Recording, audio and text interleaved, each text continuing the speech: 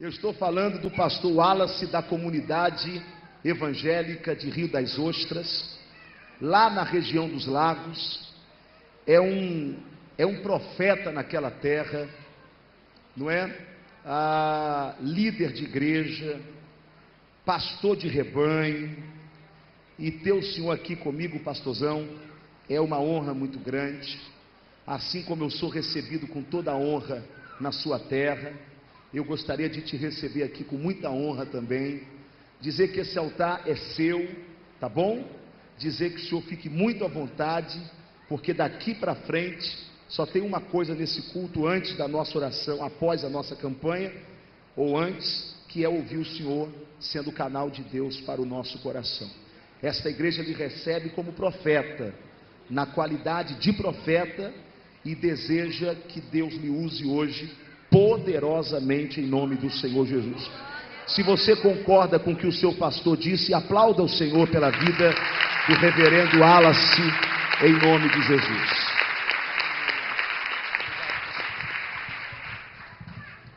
Boa noite, querida igreja. A paz do Senhor Jesus Cristo, amém? Quantos nessa noite aqui tem motivos para glorificar a Deus? Dão glória a Deus bem forte. Aleluia. Eu quero já agradecer a Deus por estar aqui, porque a tua infinita misericórdia, ela é a causa de nós não sermos consumidos. Nós estamos aqui nesse momento porque ela já te alcançou logo pela manhã e te trouxe aqui nessa noite para ouvir a voz do Senhor. De tantas coisas que já foram feitas no culto aqui hoje, se eu tivesse que ir embora agora, eu já estava muito abençoado. Falou, não vai ter ministração porque Deus já operou, eu já ia para casa com a minha vitória. Mas Deus ainda quer falar.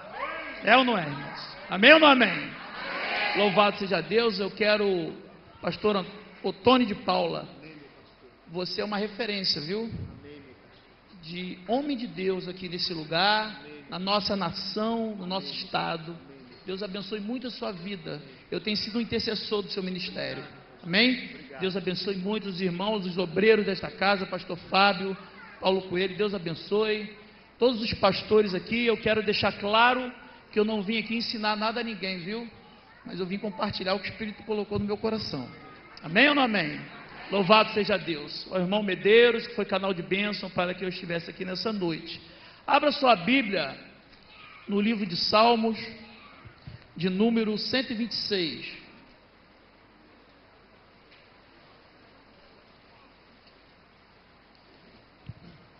Salmos de número 126, Salmo não é capítulo, é número.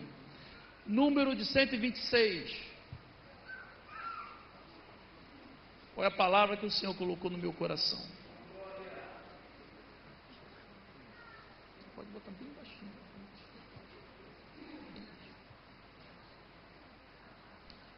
Quem encontrou, diga amém. Amém. Quem não encontrou, diga misericórdia. Ô glória, a espada do povo aqui está afiada, já está pronta para a guerra. Aleluia. Está escrito assim na eterna palavra de Deus: quando o Senhor trouxe os cativos de volta a Sião, estávamos como os que sonham. A nossa boca se encheu de riso e a nossa língua de cânticos de alegria. Então se dizia entre as nações: grandes coisas fez o Senhor por eles, grandes coisas fez o Senhor por nós, e por isso estamos cheios de alegria. Restaura a nossa sorte, ó Senhor, como as correntes do Negueb. Os que semeiam com lágrimas colherão com cânticos de alegria. Aquele que leva a preciosa semente, aleluia, aleluia, andando e chorando, voltará com cântico de alegria, trazendo consigo os seus feixes. Amém? Palavra de Deus no nosso coração. Curve a tua cabeça, feche seus olhos, vamos orar mais uma vez. Pai amado e Pai querido, nessa noite eu quero te render graças e glorificar o teu nome santo. Mas fala conosco, Deus, nessa noite de uma forma poderosa, de uma forma clara, objetiva. Fala, ó Deus, aquilo que nós não queremos, mas sim aquilo que nós precisamos ouvir. e que possamos, ó Pai, sair daqui dessa noite melhores do que entramos e mais aperfeiçoados com o poder da Tua palavra, que diminua a mim, totalmente a minha vaidade, a minha vida, e engrandeça somente o Teu nome aqui nessa noite. É que eu te peço e já te agradeço, em nome de Jesus. Amém e amém. Pode sentar dando glória a Deus.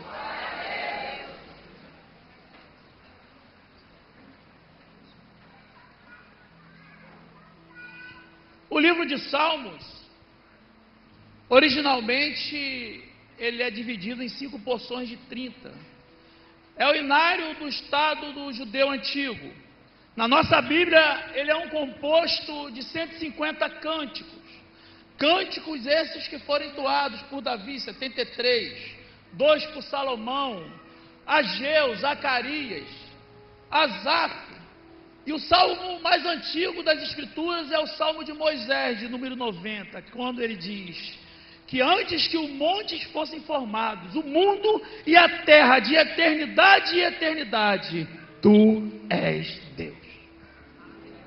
Salmo, o que é um salmo? O salmo é um cântico. E eu te pergunto, o que é um cântico? O cântico é um louvor. E o que é um louvor? O louvor, ele é simplesmente a expressão, aleluia, da nossa adoração. E para a nossa adoração ter poder diante de Deus, para o nosso cântico ter poder diante de Deus, para o nosso louvor, aleluia, ter poder diante de Deus, não basta somente cantar, não basta somente louvar e nem simplesmente se expressar. Você basta viver tudo que você canta e tudo que você louva, aleluia, e tudo que você se expressa. Para Deus só serve se você estiver vivendo aquilo que você canta. Os salmos entoados foram expressões cantadas, mas que eles vivenciaram. Por que eu estou dizendo isso? Porque o salmo que nós lemos agora é um salmo cantado de um povo que foi liberto de um cativeiro de 70 anos. Um povo que foi escolhido, como eu e você somos escolhidos. Um povo que Deus selecionou, mas um povo que estava vivendo uma servidão. Foi um povo que Deus escolheu, mas estava debaixo de jugo. Estava vivendo como escravo. Você sabe o que é escravo? Escravo é aquele que fica preso a tudo que sustenta ele. O escravo, ele só serve para uma coisa: para fazer riqueza para os outros. A maior riqueza de um reino são seus escravos. Deus permitiu um povo que Ele escolheu, Deus permitiu um povo que Ele selecionou, agora viver um cativeiro, está debaixo de uma maldição, porque cativeiro é maldição. Tudo que está debaixo de desobediência é maldição. Você sabe o que é desobediência? É você falar assim: pastor, posso? E ele se diz, não. Aí você vai lá e faz. É a mesma coisa que quando Deus colocou a árvore no jardim do Éden e falou assim: não come. Aí foram lá e comeram. Para Deus é a mesma coisa. A Bíblia é bem clara em dizer para aquele povo por que eles foram para o cativeiro. Por que muitas das vezes nós, escolhidos por Deus, muitos também consagrados, e pregadores e pastores, e que têm ministérios, estão vivendo um cativeiro na sua vida? Por que muitos no meio de nós, que viemos para a igreja, oramos, nos consagramos, jejuamos, frequentadores da escola dominical e dizimista fiel, estamos vivendo uma servidão na nossa vida? Muitos desses questionamentos sobem às vezes muito no nosso coração. E a gente fica perguntando por quê. Todo cativeiro, ele tem 3 situações. Primeiro vem a predição, segundo o cumprimento e terceiro o fim dele. Sabe por quê? Porque nenhum cativeiro, ele dura para sempre. Um dia ele chega, e para alguém aqui nessa noite, ele já está terminando. Como na predição, Deuteronômio 28:36 diz que se o povo desobedecer, Deus, ele vai permitir o povo, o seu rei, a ir para o cativeiro e a servir a outros deuses. Isso eu entendo que antes de Deus usar pastor, antes de Deus usar missionário, Antes de Deus usar mula, antes de Deus usar corvo, antes de Deus usar um passarinho e uma folha caindo da árvore, aleluia, ele vai usar a sua palavra. Só que o povo não deu atenção à palavra de Deus. Aquele povo escolhido, como eu e você, não meditou na lei que Deus impõe, nas instruções para eles viverem uma vida melhor. Fizeram pouco caso da palavra, aí Deus começou a usar profeta. E o povo é perito em dar cabo em profeta. Aleluia. Jesus diz: Jerusalém, Jerusalém, vocês que dão cabo nos profetas que eu lhe envio. Nós somos peritos em dar cabo aos profetas. Deus enviou vários profetas antes do povo ir ser levado ao cativeiro. Deus está se revelando, Deus está se antecipando para mim e para você.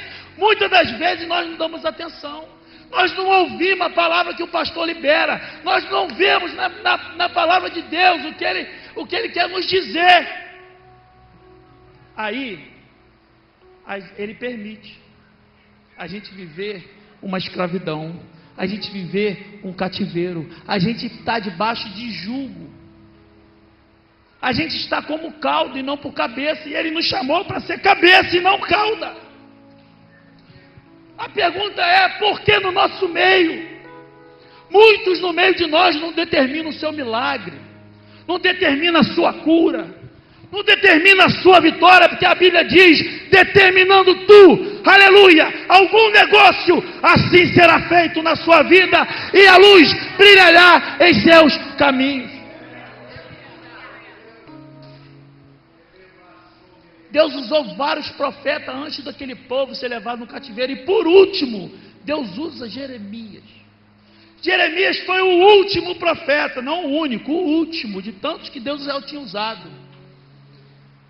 No livro de Jeremias, no capítulo 38, eu posso conjecturar que a corte estava toda montada do rei, todo mundo profetizando diante do rei, profetizando aquilo que estava massageando o ego do rei. Depois que todo mundo profetiza, o rei ele foi obrigado a fazer uma pergunta assim: pastor Ottoni, existe mais algum profeta no nosso meio? Alguém deve ter dito assim: existe. Jeremias. Alguém deve ter falado: ah, mas ele só profetiza aquilo que a gente não quer ouvir. Ele é o profeta da esquerda. Ele é da esquerda, mas tem que chamar o homem. Manda buscar. Aleluia. Entra Jeremias diante do rei, pastor.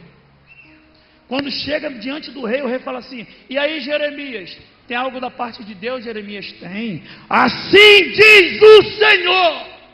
Aleluia.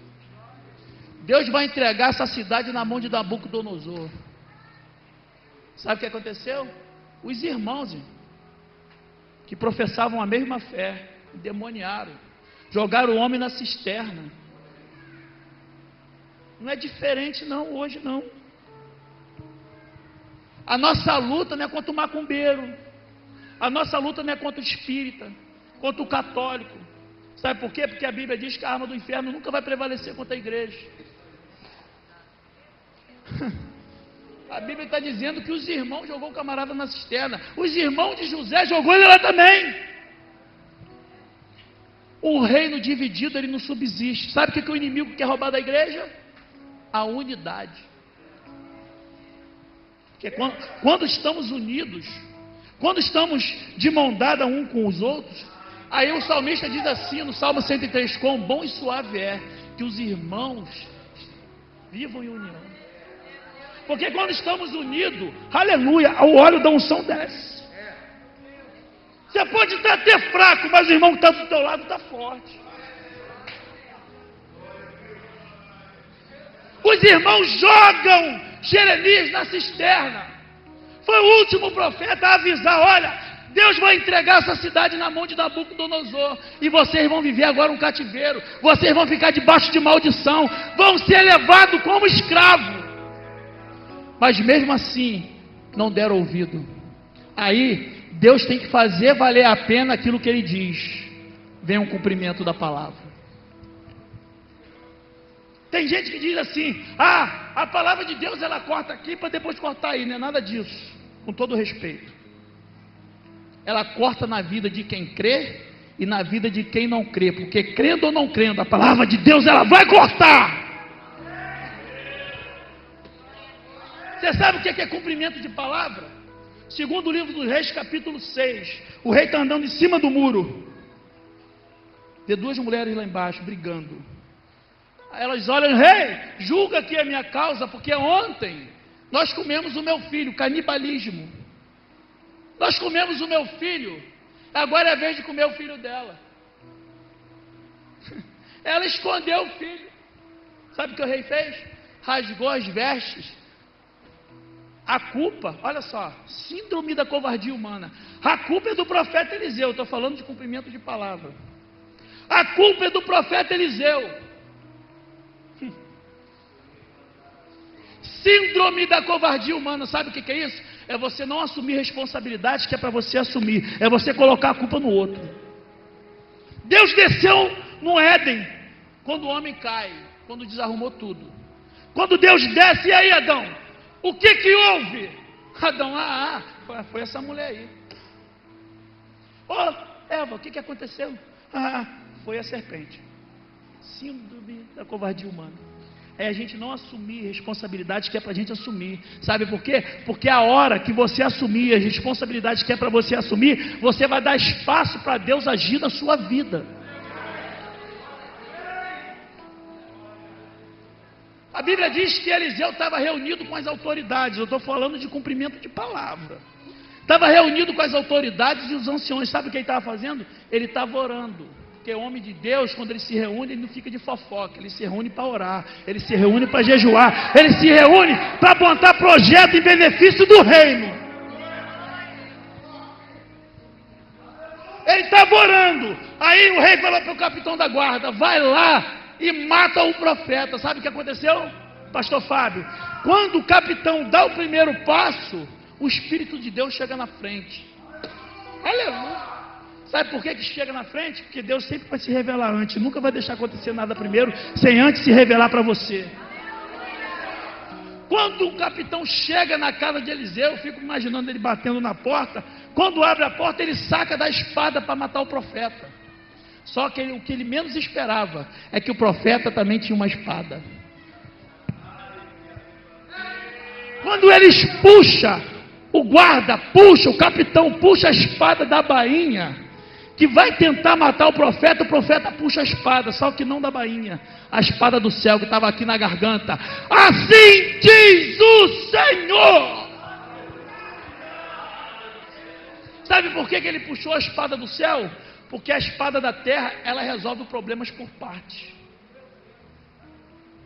Se você usar a espada desta terra, você vai resolver o problema num pouquinho rápido, muito rápido, e logo na frente tu vai criar um muito maior. Jesus está no Getsemane. Jesus está no Getsemane, preste atenção, irmãos. Quando os soldados chegam, que Judas traiu ele para prender Jesus, Pedro puxa da espada, vai na cabeça de Malco, Malco se esquiva, vai na orelha e corta. Resolveu o problema por parte, pastor. Mas não demorou muito, todo mundo abraçou Jesus e levou preso. Mas a espada do céu, ela tem o poder de pegar a orelha do chão, aleluia, e colocar ela no lugar. Louvado seja o nome do Senhor. Quando o capitão viu a espada do céu penetrar nele, ele disse assim, o profeta disse: amanhã tem providência na porta de Samaria. Aí ele disse assim: nem se Deus abrir janela no céu, nem se Deus abrir a janela no céu vai ter providência. Aí a espada entrou com força. Então você vai ver, mas não vai se deleitar dela. Sabe o que aconteceu? Do lado de fora todo mundo aqui conhece a história. Deus usou 4 leprosos. Quando os leprosos voltam, bate na porta de Samaria, eu fico imaginando eles batendo no portão e o camarada lá de cima: ei, vocês aí de novo, quer o dinheiro da luz, quer o dinheiro do gás? Todo dia. Eu fico imaginando aqueles leprosos, pastor. Dessa vez eu não vim aqui pedir não, aleluia. Dessa vez eu vim aqui para dar. Sabe o que aconteceu? Quando abriu o portão de Samaria, a palavra se cumpriu do profeta. Ele viu tanta providência, o capitão, que o povo que estava na escassez há muito tempo, saiu correndo, atropelou ele. Ele viu, mas não se deleitou daquela providência. Sabe o que é isso? Ele morre. Sabe o que é isso? É a palavra de Deus se cumprindo. Ele não creu, então não adiantou. Crendo ou não crendo, a palavra de Deus ela vai cortar. Depois de Deus cumprir 70 anos de cativeiro, depois do povo estar vivendo como escravo. Você sabe o que é ser escravo, irmãos? É você chegar aqui e falar: Senhor, se o Senhor me der um emprego que dá para pagar meu aluguel e pagar minha luz e fazer as compras do mês, eu já estou satisfeito. Escravo que trabalha a troco de comida e bebida. Escravo que trabalha a troco de comer e beber. Quando você fala, quando você ora para Deus assim, é a mesma coisa que você fala assim: Senhor, eu quero ser escravo. Aí Deus então vai. Como pode a gente pregar um Deus, Criador dos céus e da terra, de toda a riqueza do mundo, e a gente viver escravidão? A gente está debaixo de servidão. Não aceita. Determina a tua vitória.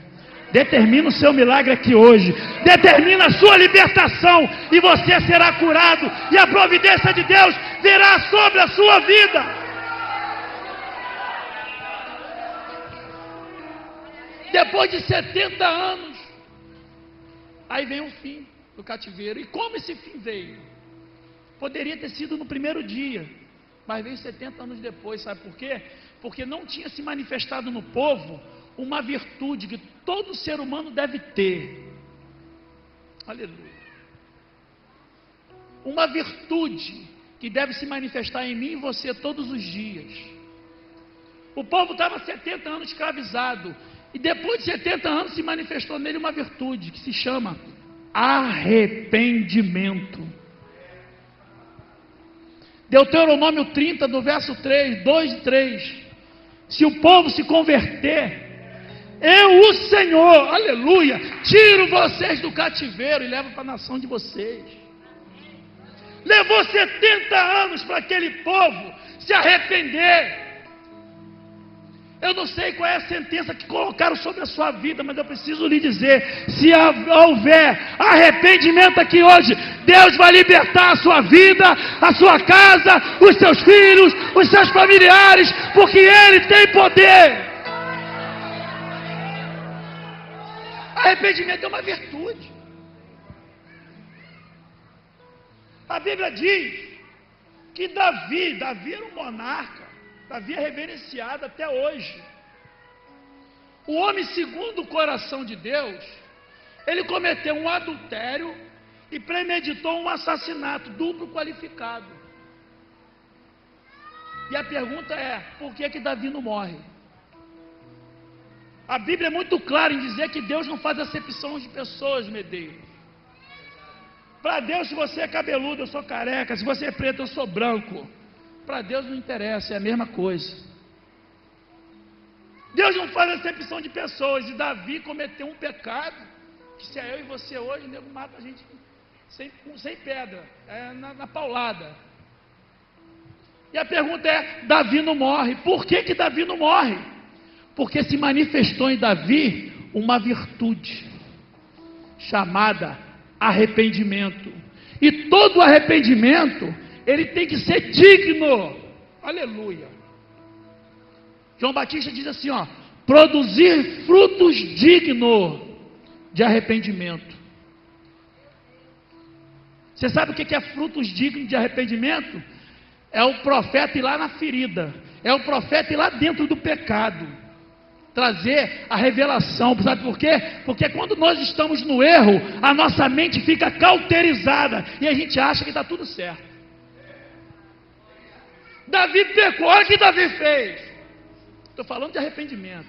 Ele adulterou, premeditou um assassinato e estava andando de nariz empinado. Aí Deus pegou o profeta e falou assim: tem que produzir fruto digno de arrependimento. O arrependimento tem que ser digno. frutos dignos de arrependimento. Como que Deus ia fazer isso? Pegou o profeta Natan e falou assim: conta uma parábola para ele. Sabe o que é uma parábola? A parábola é uma didática. A parábola é uma linguagem de metáfora que o pregador usa para dizer uma coisa, mas na verdade ele está dizendo outra. Sabe como é que ele fez? A parábola serve para trazer a revelação. Você sabe o que é o poder da revelação? É tirar as escamas dos olhos e você enxergar o que agora há pouco você não estava enxergando. Contou a parábola. Davi, ele se colocou de pé. Um homem tinha 100 ovelhas e o outro camarada tinha umazinha só. Esse homem que tinha 100 tomou a única ovelhinha do cara. Aí Davi está achando que a mensagem não é para ele, porque a gente é assim. Ah, se o irmão Joãozinho tivesse aqui, ele tinha que ouvir essa mensagem. Não, Deus não é fofoqueiro para falar de quem não está. Deus está falando com você. Davi está achando que a mensagem não é com ele. O homem tem 100, o outro tinha uma. Davi já estava trincando com os dentes já. O que nós devemos fazer a esse homem aí? Davi, sabe o que Davi disse? A gente tem que acabar com ele, a gente tem que matar ele. Aí vem o poder da revelação. Esse homem é você.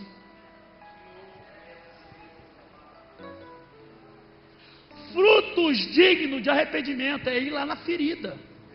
Não é passar a mão na cabeça não, sabe por quê? Porque se passar a mão na cabeça, primeiro vento que vir leva. A estaca tem que estar enfincada, irmão. A estaca tem que estar enfincada. Eu estou debaixo da cobertura do meu pastor há 10 anos. Sabe o que eu estou fazendo lá? Estou me alicerçando. Aleluia. Eliseu foi 30 anos debaixo da cobertura de Elias. Você acha que ele não chupou manga não? Chupou, irmão. Mas não tinha como a capa cair para outra pessoa. Porque ele regou o tempo todo com água. Estava alicerçado. Jesus diz isso, que o homem prudente, ele constrói a casa sobre a rocha. Pode vir o vento que for, mas se estiver alicerçado, irmão, pode vir a tempestade, pode vir a calúnia, pode vir a fofoca, mas você está enfincado com as estacas.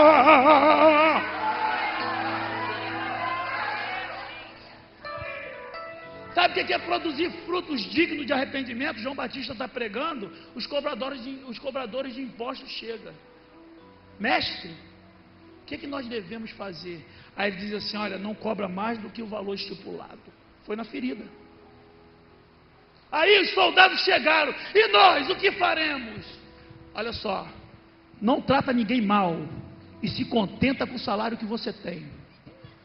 Foi na alma lá, ó. Foi lá, catucou a ferida deles. Porque para produzir frutos dignos de arrependimento, tem que matar o pecado. Tem que aniquilar ele. O pecado, irmão, se deixar ele tomar conta, é igual a unha, se você não cortar, cresce. Uma vez me perguntaram, eu tenho um quadro muito bonito, pastor, em casa, com o Daniel sentado e os leões com a boca aberta, outro lambendo os beijos, e Daniel sentado, tranquilo. Aí um irmão, o professor da escola dominical foi me fazer uma visita, e quando ele olhou o quadro, você consegue me explicar por que esse quadro? Olha só. Eu falei: consigo. Sabe o que é isso? Isso é fruto de jejum, fruto de oração e de consagração. Por que os leões não comeram Daniel? Preste atenção nisso.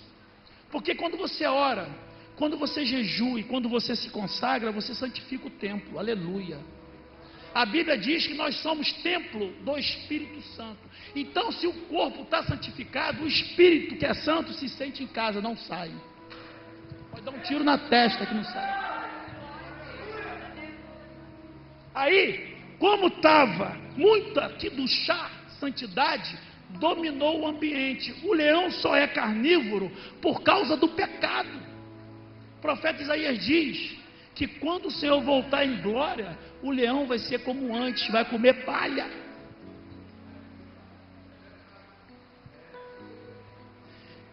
Tem que produzir frutos que geram arrependimento de dignidade.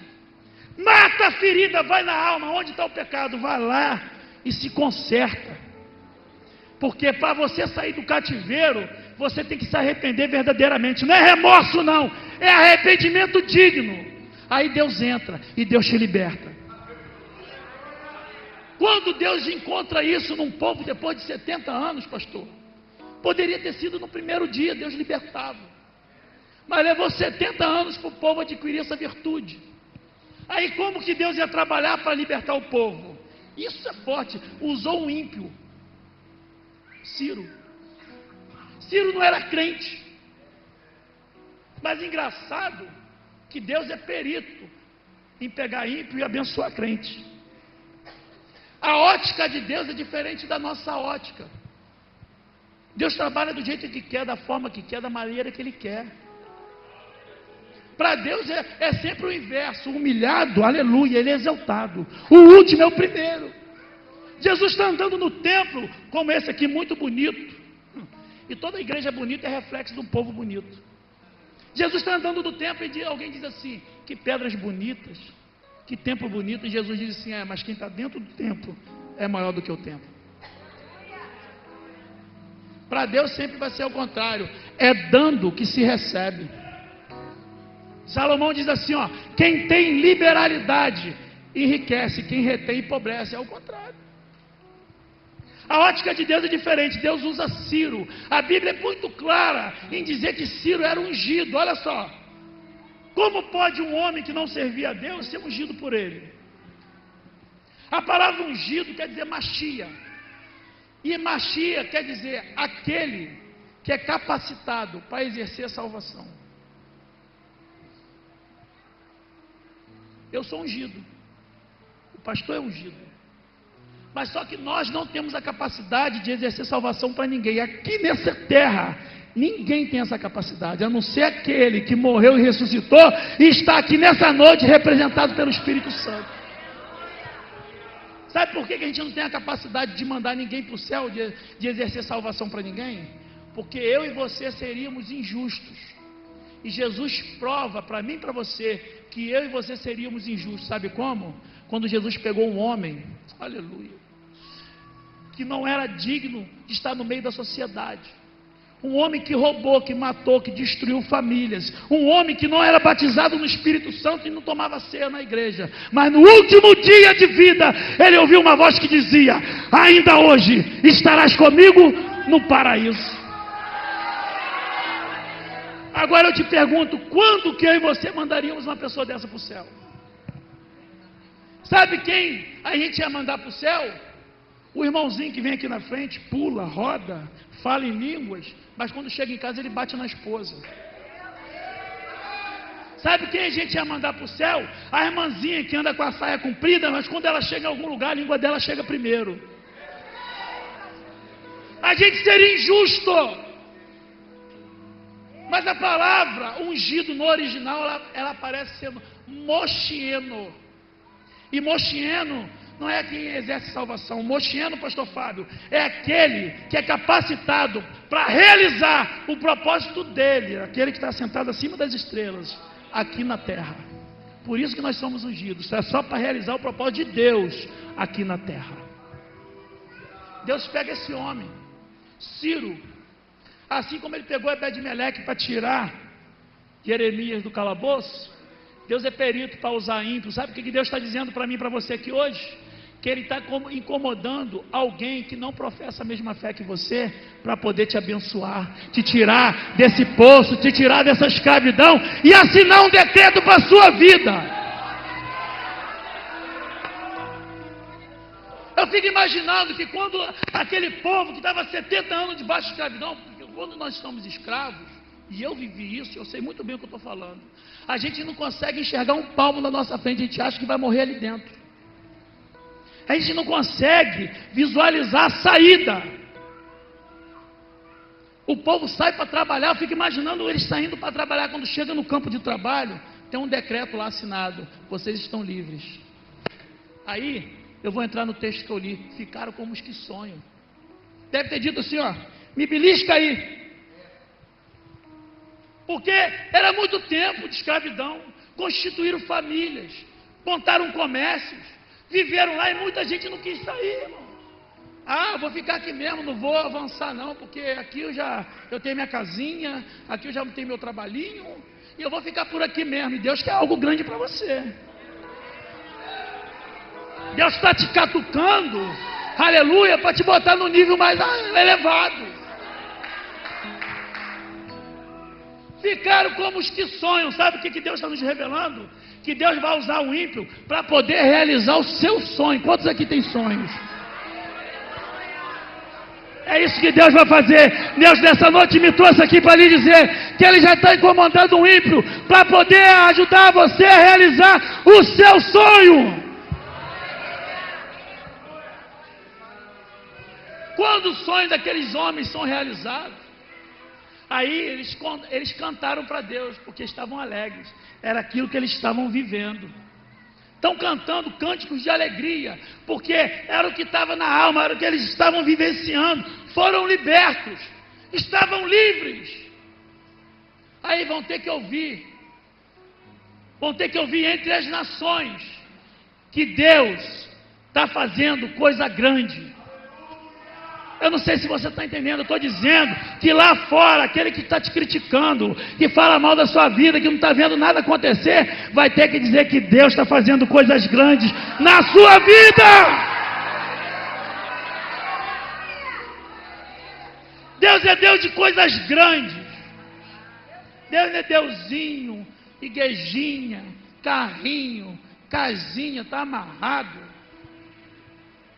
Deus é Deus. E o resto é conversa fiada. Dono do ouro e da prata. Toda a riqueza, pastor, que existe no mundo é o mesmo desde quando Deus criou. É que Deus transfere de mão. Deus transfere de mão, porque quando o trono, segundo o livro de Ezequiel, se movimenta, Deus está movimentando. Ele transfere de mão a riqueza. Uma hora estava no Egito, outra estava de Israel, depois estava com o Filisteu, estava no pastor, está trazendo para a mão do pastor Tony e está trazendo para esse ministério uma riqueza muito grande.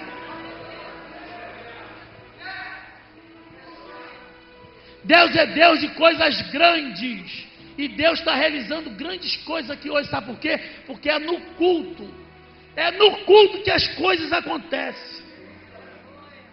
Você quer ver como é no culto que as coisas acontecem? A Bíblia fala de uma mulher chamada Ana, que ia de ano em ano para o culto. Ela ia de ano em ano para o culto. Olha, não falta culto não. Você tem a oportunidade de vir 3 vezes por semana?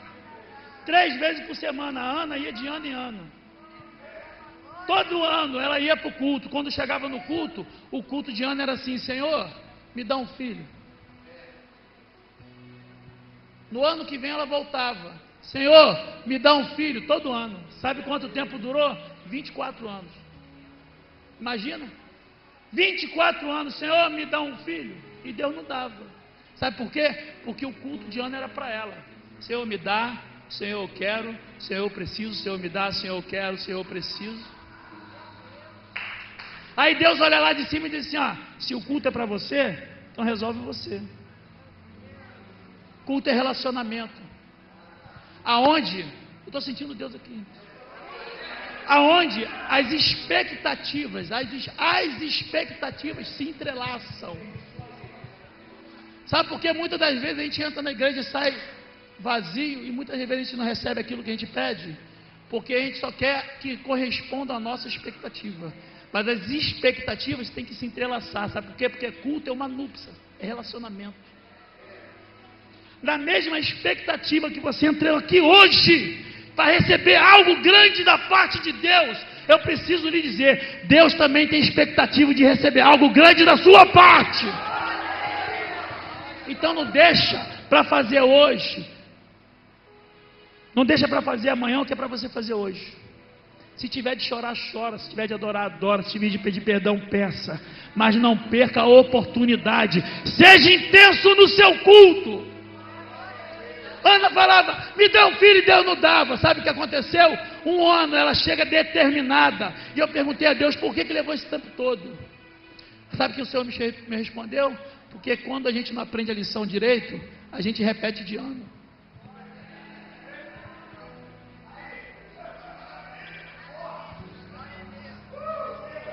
Vou repetir.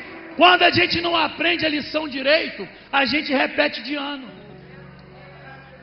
Mas um dia, Ana saiu de casa determinada. Ana saiu de casa a não voltar para casa de mão vazia. Ela entrou no culto e chamou a atenção de Deus. Deus, me dá um filho. Mas se tu me der, aí o culto mudou de história. Eu vou entregar ele todos os dias na sua casa. E não vai ser um pedacinho não, vai ser inteiro. Sabe o que aconteceu? Eu estou dizendo para você que as coisas acontecem no culto. Sabe o que aconteceu? A Bíblia diz que ela foi para casa e teve relação com o marido. Agora eu, com toda a responsabilidade sobre a minha vida e meu ministério, vou lhe dizer, ela saiu do culto grávida. Sabe por quê? Porque ela tinha relação com o marido há 24 anos e não engravidava. As coisas, irmãos, tudo que existe é reflexo do mundo vindouro. Primeiro acontece lá para depois acontecer aqui. Está explicado. Deus é Deus de coisas grandes. Deus é Deus de coisas grandes. Quantos aqui querem receber algo grande da parte de Deus? Levante a sua mão e glorifique o Deus dos exércitos. Xarabacandarábia.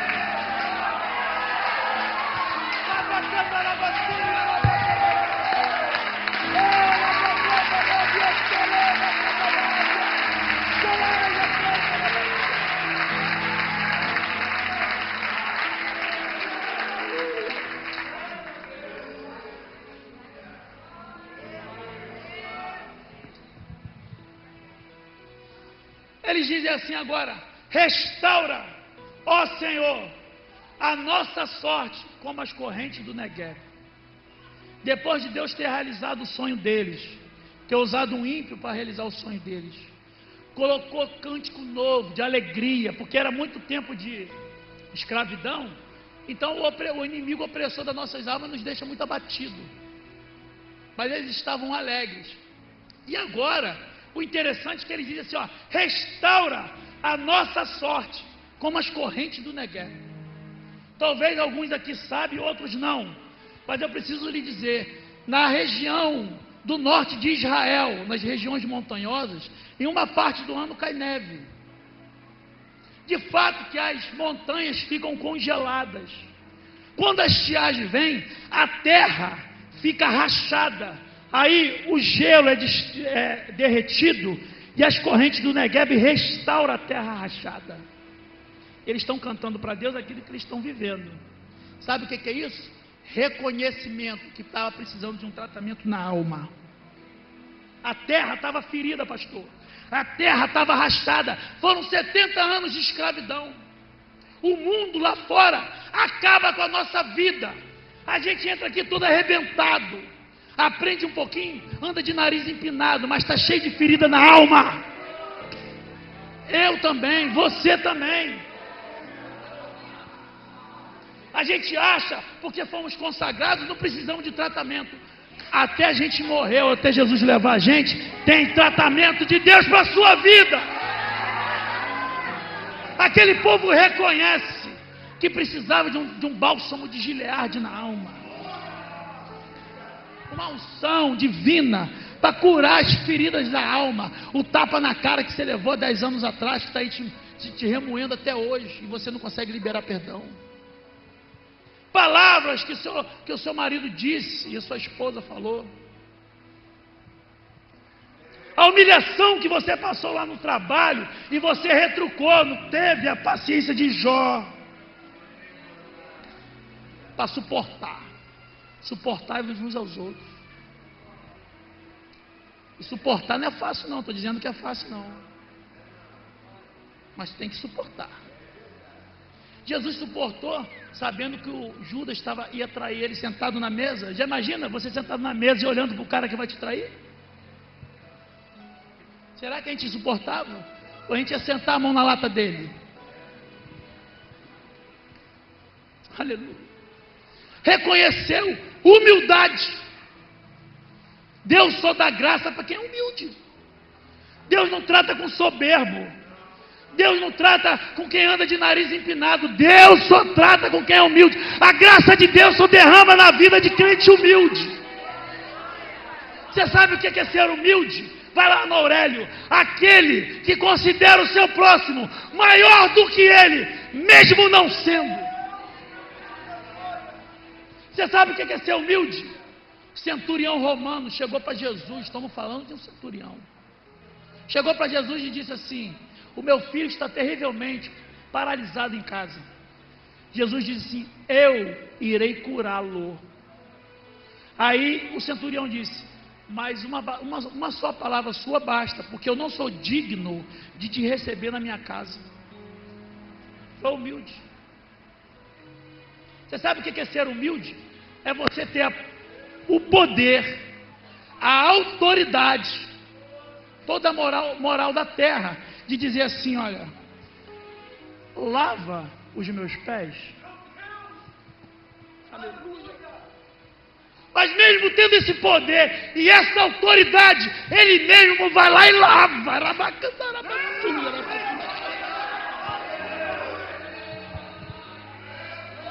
Ó, irmãos, humildade não é pobreza não, hein? Zacarias 9:9 diz: ó filha de Sião, vem aí o teu Senhor, justo e humilde. Em outras traduções está assim: justo e pobre. E eu te pergunto, o que tem a ver humildade com pobreza? Porque eu conheço muita gente que é pobre, que é marrento, que é orgulhoso. Você sabe o que é pobreza? Não escandaliza não. Você sabe o que é pobreza?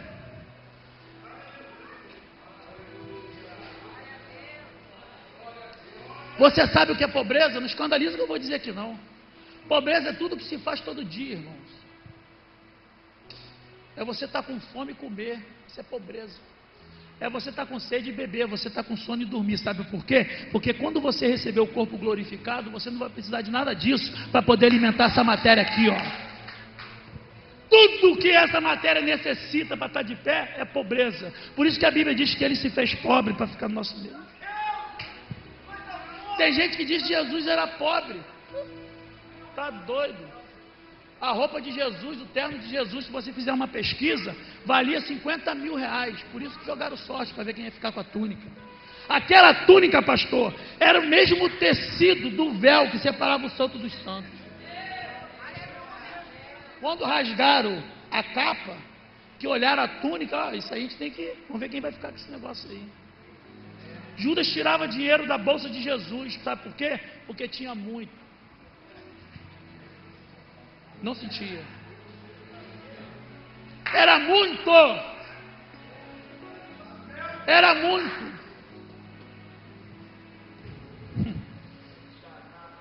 Deus está falando, irmãos. Eu tenho liberdade para pregar, pastor? Estou à vontade. Sabe quem foi Clopas? Lê lá, Evangelho de João, capítulo 19. Jesus, versículo 26 diz que Maria, a irmã de Maria, sua mãe, Maria, mulher de Clopas, Maria Madalena e João, o discípulo amado, foram os únicos que assistiram de perto a crucificação. A crucificação, o povo não tinha acesso de perto da cruz, não. O povo tinha que ficar de longe. O soldado romano, segundo a tradição, fazia um cordão humano. Por isso, a prova do que eu estou dizendo é que quando Jesus chama Eloi, Eloi, lama sabachthani, Deus meu, por que me desamparaste? Quem está de longe não tem acesso ao que Jesus está dizendo, confunde a voz dele, porque está pensando que ele está chamando por Elias.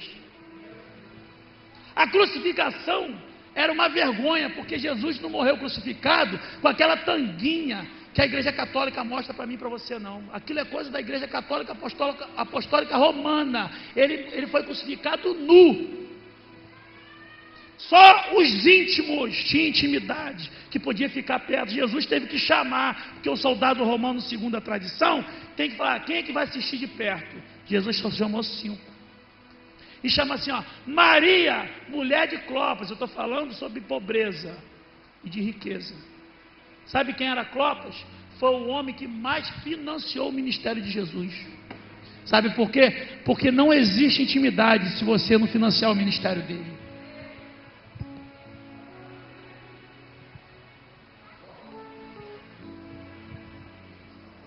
A Bíblia está dizendo que eles semeavam com lágrimas. A Bíblia está dizendo que eles semeavam com lágrimas. Jesus diz assim, ó: Deus é Espírito, e os verdadeiros adoradores o adoram em espírito e em verdade. A verdadeira adoração só é verdadeira se existir lágrima. Não adianta vir aqui louvar se não chorar, meu irmão. Não tem verdadeira adoração. É só você ver que quando você está chorando, quando você está louvando, o nível da sua adoração é outro. Por que a Bíblia está dizendo que eles estavam semeando com lágrimas? Porque quando eles voltam para Sião, quando eles chegam em Jerusalém, Jerusalém estava tudo entulhado, estava tudo quebrado. A terra, pastor Otoni, estava queimada. Alguém aqui já viu terra queimada? A terra estava queimada, impossível de lançar semente para dar plantio. Não tinha condição nenhuma de se lançar uma semente na terra queimada e ela produzir. Quando eles começam a chorar, a Bíblia diz que quando nós choramos é um rio de águas vivas que sai de dentro de nós. Eles semeavam chorando. Eles não tinha picareta, não tinha arado, era na mão. Cavava, aleluia. A lágrima caía, pastor. Aí eles semeavam. Sabe por quê? Porque era a única semente que eles tinham. Era a única semente. Sabe por que muito crente vive na escassez hoje? Porque vem para a igreja só na condição de consumir. De consumir. E tudo que se consome, uma hora acaba, vira escassez. Então o segredo não é consumir, o segredo é produzir. Quando a lágrima cai na terra, ara a terra. Jesus diz em João 7,37: no último dia da festa, aquele que crê em mim, como diz as Escrituras, fluirão de dentro de si rios, aleluia, rios de águas vivas. Jesus foi o único pregador da história da humanidade que falou sobre dois tipos de água. A água viva é a água que se expressa, é a água que fala. E Deus sabe muito bem interpretar a linguagem das lágrimas. Eu estou falando agora de semente, olha só. O que é a semente? A semente, ela tem o poder de trazer à existência aquilo que não existe. Você sabe o que é semente? Já vou terminar. Sabe o que é semente? Semente é Lucas 19, do verso 28 em diante. A Bíblia diz que Jesus vinha subindo para Jerusalém, preste atenção. Jesus vinha subindo para Jerusalém. Por que subindo? Porque Jerusalém estava no alto. Jesus desce vale, anda no meio de vale, desce monte, sobe monte, anda milhas, léguas. E quando ele vê Jerusalém aproximadamente uns 2 quilômetros no alto, ele simplesmente para. Sabe o que eu aprendo com isso? Que quando as coisas estão andando muito, é sinal que a gente ainda está longe. Mas quando elas param de repente, é porque você está próximo da vitória de Deus para a sua vida. A cena se repete, pastor. Moisés vem com seus discípulos. Quando ele vê Canaã, ele para e manda 12 ir na terra. A cena em Jesus também não é diferente, só que Jesus é onisciente. Moisés mandou 12, mas só 2 voltaram com a fé, com a resposta que a terra era boa, e 10 eram murmuradores, 10 eram questionadores. Jesus para, em vez de mandar os 12, Jesus só pega 2 que acreditam. Eu vou falar o que Deus está mandando eu falar. Eu vou falar o que Jesus está mandando eu falar aqui. Eu estou todo arrepiado, irmão. De 12, cada 12, pastor, só 2 acreditam. Cada 12, só 2 acreditam. Jesus pegou 2 que acreditavam. Preste atenção, eu estou falando de semente. Pegou 2 que acreditavam e disse assim: vai aí na frente, que vocês vão encontrar uma aldeia. E nessa aldeia tem um jumento amarrado. Os dois foram porque acreditaram. No meio do caminho eles disseram assim: Jesus, Lucas 19, do verso 28 em diante, depois você confere. Jesus, se o dono do jumento aparecer. Aí Jesus diz assim: olha, diga para ele que eu preciso do jumento. Tem gente que diz que Jesus não precisa, me explica agora. Os dois discípulos foram porque acreditavam no que Jesus dizia. Encontraram o jumento amarrado, desatou aquele nó. Tem nó na nossa vida que precisa ser desatado. Desatou o nó, trouxeram o jumento. No meio do caminho, sabe o que aconteceu? O dono do jumento apareceu. E aí? Está levando o jumento para onde? Sabe o que eles fizeram? O Senhor precisa do jumento. Sabe o que é isso? Quando você não souber o que falar, fala aquilo que Jesus mandou você falar.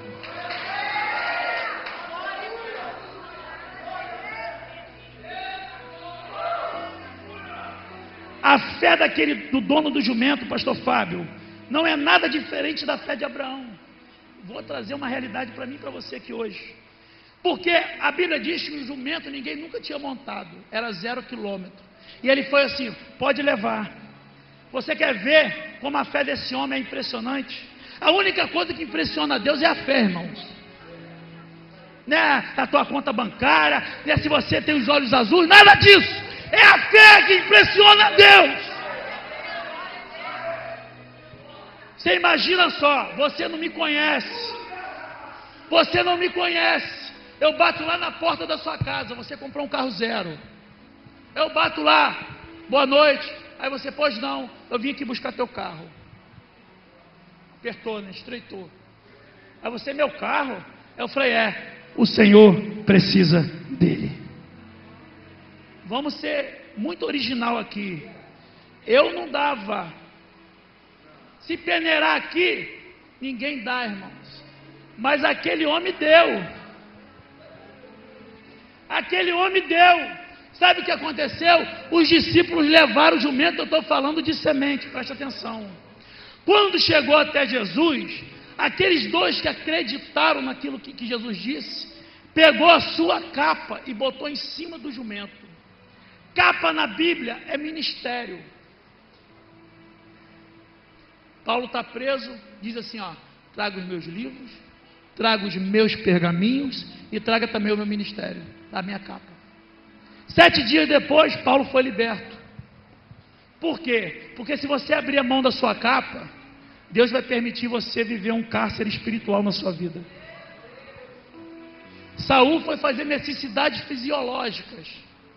Entrou na caverna e abriu mão da capa. Davi estava dentro da caverna, os soldados de Davi disseram, mata ele, Deus te entregou teu inimigo nas suas mãos. Sabe o que Davi fez? Cortou um manto da capa de Saul. É só você ler o texto, o versículo seguinte.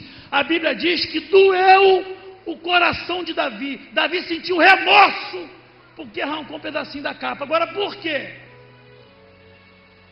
Na religião judaica, preste atenção, o judeu usa uma capa chamada taligadó, que tem 8 fios e 5 nós, aquele six, 8 fios e 5 nós. Os 5 nós têm nomes, pastor: Gênesis, Êxodo, Levítico, Número e Deuteronômio. É a mão de Deus. Então Davi, quando justamente corta o manto, ele justamente está tirando a mão de Deus no ministério de Saul. A mulher do fluxo de sangue vem no meio da multidão por baixo. Aí Jesus disse assim, saiu virtude de mim.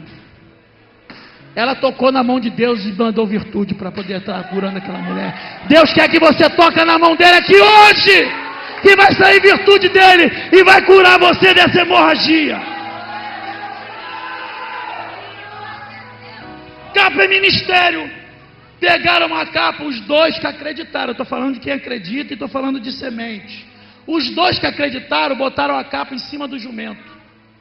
Jesus sabe o que fez? Montou no ministério deles e deu direção ao ministério deles.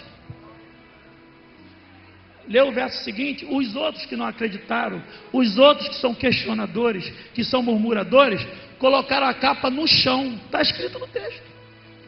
Sabe por quê? Porque quem não acredita, quem murmura e quem questiona, vai ter que ver o cumprimento da palavra passar por cima. O cumprimento da palavra vai passar por cima. Fica de pé em nome de Jesus.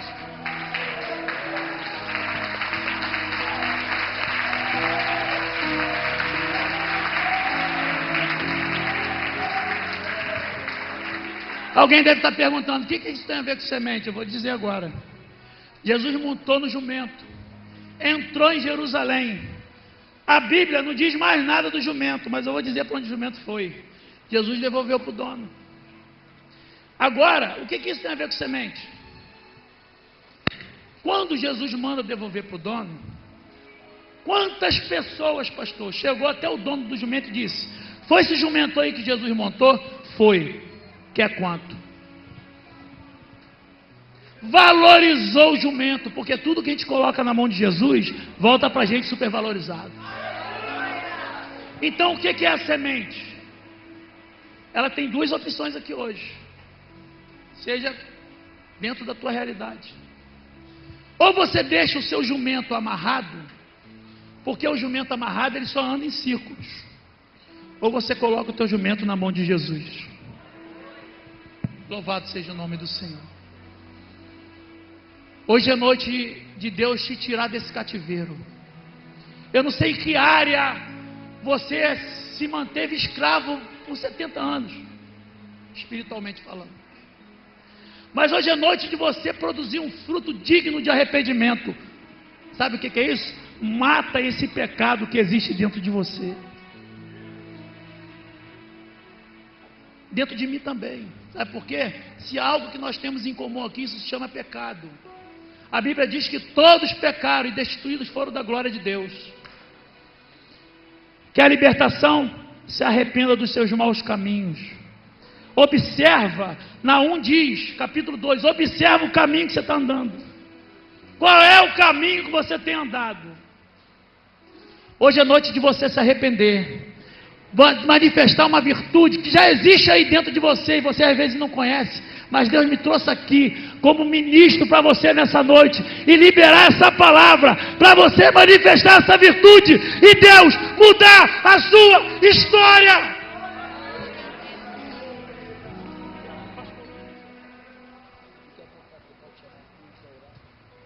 Eu quero convidar você, irmão, que em alguma área ficou escravizado, eu não sei que área é, se é financeira, se é casamento, se é os filhos nas drogas, eu não sei que área você está passando uma servidão, mas eu preciso lhe dizer, Deus hoje tem uma cura para você, Deus hoje tem uma libertação nessa área para você, só para quem acredita, saia do seu lugar e venha aqui na frente que eu quero orar por você.